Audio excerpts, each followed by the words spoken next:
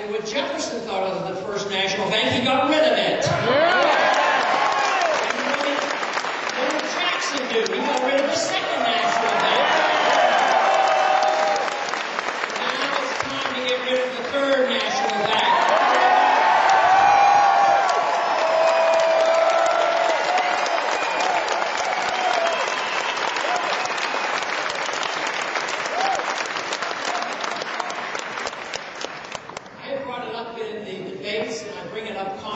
I've been bringing it up ever since I ran my first election in 1974, and I talk about inflation being a tax. Of course, Bernanke doesn't agree with me. He's always arguing with me.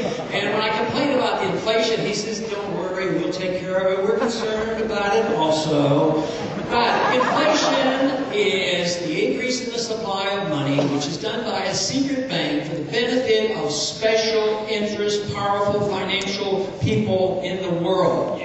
And this is done by diluting the value of your money. It's a seductive tax. It's immoral and illegal, and it eventually destroys the economy. And unfortunately, we are moving rapidly to that point where our dollar not only will be in trouble, but it will be in a serious jeopardy of totally collapsing. That is why we have to reverse this trend.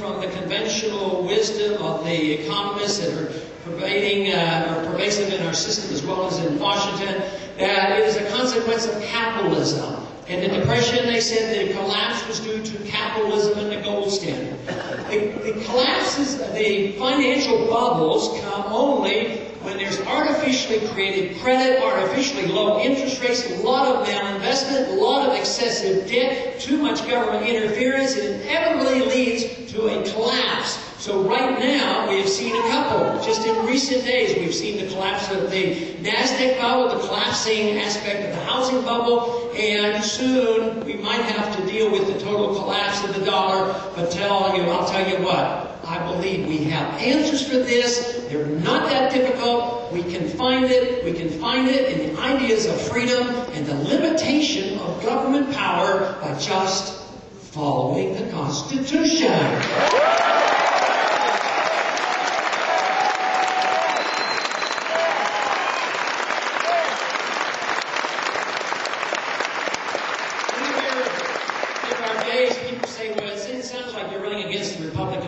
Well, there are a few in the Republican Party I do disagree with.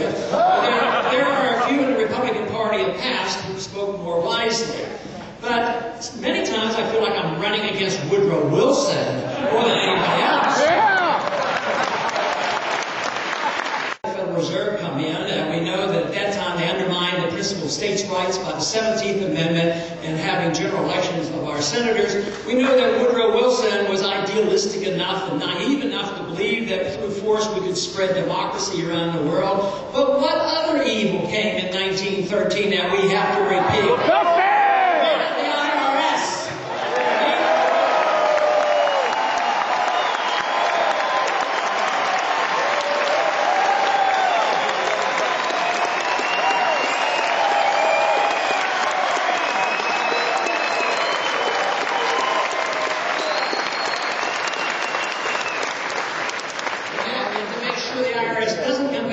We repeal the 16th Amendment and not let it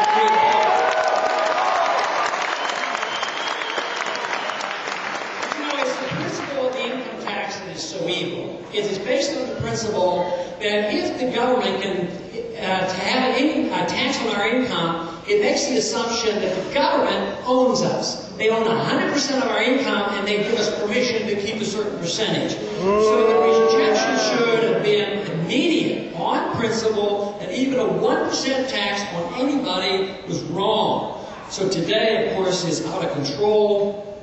It emphasizes the fact that they own us, and in a free society, the responsibility and ownership of one's life remains with the individual.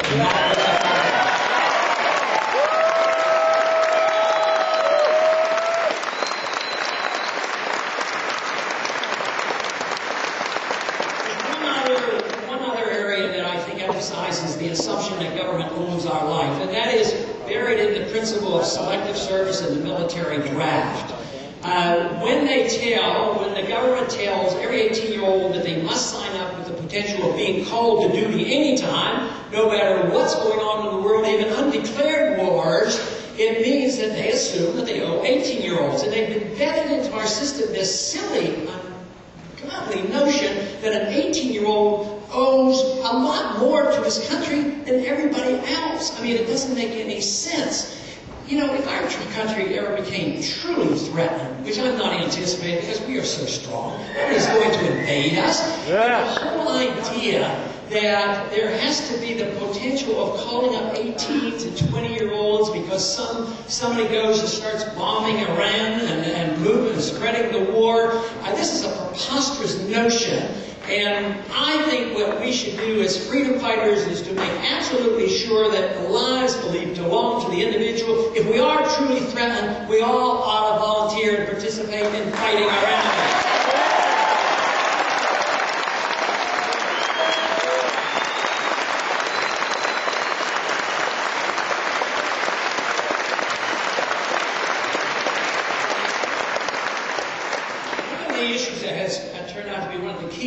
Campaign has been that of foreign policy, and obviously it is because we're bogged down once again. And in my lifetime, I remember being bogged down many times.